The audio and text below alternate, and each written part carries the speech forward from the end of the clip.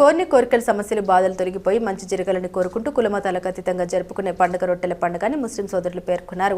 వారు మీడియా సమావేశంలో మాట్లాడారు. నెల్లూరు జిల్లాలో పార్సిద్ దర్గాలో మొహర్రం మాసంలో ముస్లిం సోదరులు కులమతాలకు అతీతంగా రొట్టెలను మార్చుకుంటారని, దీంతో వారి కోరికలు నెరవేరుతాయని నమ్మకంతో పెద్ద ఎత్తున జనాలు ఇక్కడికి వస్తారన్నారు. అస్సలాము అలైకుం, అందరికీ నమస్కారం.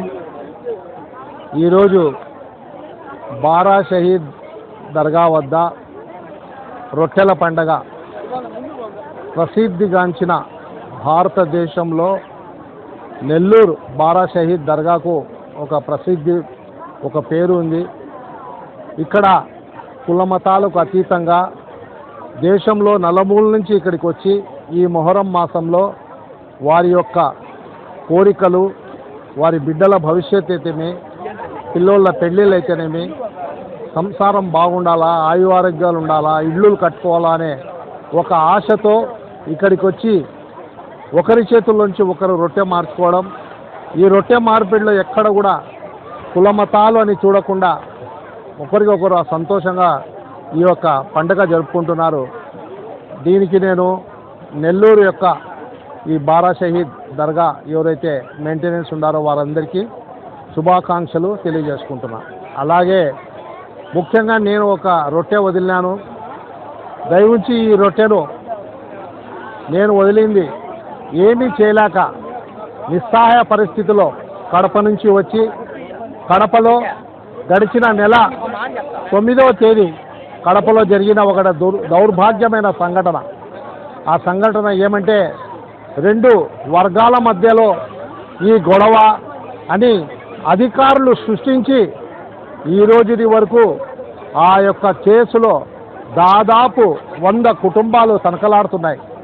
ఒక పక్క టిప్పు సుల్తాన్ సర్కిల్ అని, ఒక పక్క హనుమాన్ సర్కిల్ అని, రెండిటి మధ్యలో ఎవరైతే మెయిన్ ఉన్నత అధికారులు ఉన్నారో దాన్ని శాంతియుతంగా పరిష్కరించాల్సింది పోయి దానిని ఒక పెద్ద సీన్గా క్రియేట్ చేసి కేవలం కొంతమంది యువతల వాళ్ళు అవతల వాళ్ళు రాళ్ళు విసురుకుంటే ఆ రాళ్ల వల్ల ఒక సిఐ గారికి దెబ్బ తగిలితే దాని మీద అటెంప్ట్ మర్డర్ కేసు అని 2 గంటలు హాస్పిటల్లో ఉన్న వ్యక్తి ఆయన ఇచ్చిన ఫిర్యాదు మేరకు ఒకే వర్గానికి 59 అని ఒక 50-60 మంది, FIR 60 అని ఒక 40 మంది దాకా ఈ విధమైనటువంటి సెక్షన్స్ పెట్టి వాళ్ళను ఈ పొద్దు కడపలో లేకుండా దాదాపు 100 కుటుంబాలు కడపలోనే లేకుండా బక్రీద్ పండుగ పోయింది.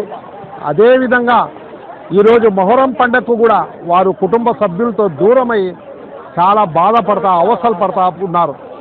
నేను చంద్రబాబు నాయుడు సార్ గారికి విన్నవించుకుంటాను, ఆ దండం పెట్టి ఈ వీడియోను మీ దాకా షేర్ కావాలని ప్రజలను, హిందూ ముస్లిమ్స్ క్రైస్తవ సోదరులందరినీ విన్నవించుకుంటున్నా.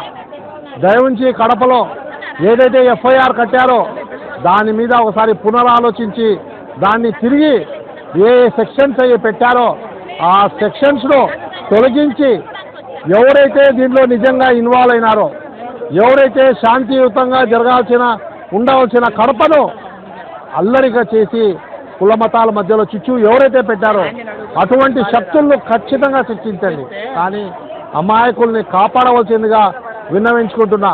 సార్, ఇప్పుడు ఎవరైతే సాయి తేజ అనే ఒక అబ్బాయి చనిపోయినాక పోలీస్ కస్టడీలో చనిపోయినాడని ఈ పొద్దు మీరు తీసుకొచ్చి ఆ అబ్బాయిని సిఐడి దారిగా దర్యాప్తు చేస్తున్నారు. అదేవిధంగా పరారైన వాళ్ళు 100 మంది కుటుంబాలు ఆవేదన. ఇది నేను ఈ పొద్దు ఈ బారా షహీద్ దర్గా దగ్గర నుంచి మీకు విన్నవించుకుంటున్నా, మిమ్మల్ని చేతులు ఇచ్చి జోడించి చెప్పుకుంటున్నా. దయవుంచి ఇందులో కూడా ఎవరైనా చనిపోయినాక అప్పుడు మీరు విచారించినా దానివల్ల లాభం లేదు. ఇక్కడ ఎట్లయితే హిందూ ముస్లింలు క్రైస్తవులు ఒక కులం లేదు, ప్రతి ఒక్కరు వచ్చి అల్లాహ్ తాలాను, భగవంతుని, జీసస్ క్రైస్తు వారి యొక్క ప్రార్థనలు ప్రార్థించుకొని ఒకరి దగ్గర నుంచి ఒకరు రొట్టెలు తీసుకుంటూ మా యొక్క అందరి బతుకులు బాగుండాలని కోరుకుంటున్నారు. దీన్ని మీరు ఈ యొక్క పండుగ యొక్క ఇస్లాం మతం నేర్పించేది ప్రేమ అనుభవాలు. ప్రేమతో అందరూ ఉండాలా, అందరూ బాగుండాలా. మొహరంలో ఎవరైతే షహీద్ అయినారో దేనికోసం? సుఖశాంతి కోసం. కాబట్టి నేను విన్నవించుకుంటున్నా, చంద్రబాబు నాయుడు గారు ఒక్కసారి సార్ ఆలోచించండి. మీ దృష్టికి వచ్చిందో లేదో కడపలో ఘోరాతి ఘోరంగా ఒక సర్కిల్ విషయమై 100 కుటుంబాలు ఊరు వదిలి పారిపోయినారు. వాళ్ళ కనీసం బెయిల్ దొరకడం లేదు, యాంటీసెప్టీ బెయిల్ దొరకడం లేదు. దీని మీద మీరు పునరాలోచించి ఒక కమిటీని వేసి వీరికి న్యాయం చేయాల్సిందిగా చేతులెత్తి జోడించి విన్నపం చేసుకుంటున్నారు సార్. ఎస్పీ గారు, ఇది కొంతమంది అధికారులు మీ దృష్టికి ఏం తీసుకొచ్చారు? కడపలో ఎస్పీగా పనిచేసిన వాళ్ళు ప్రతి ఒక్కరికి మంచి పేరు వచ్చింది.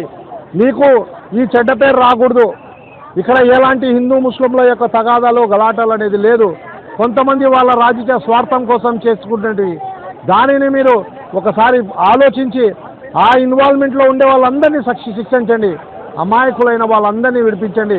నేను ఏ ఒక్క హిందూ సోదరుని పేరు కూడా ఈ ఎఫ్ఐఆర్లో చేర్పించండి అని కోరడం లేదు, చేర్పించండి కూడా అనగను. ఇప్పటికే వీళ్ళు ఇబ్బంది పడుతున్నారు. వీళ్ళని కాపాడవలసిందిగా మిమ్మల్ని ఎస్పీ గారిని కూడా నేను వీడియో ద్వారా విన్నవించుకుంటూ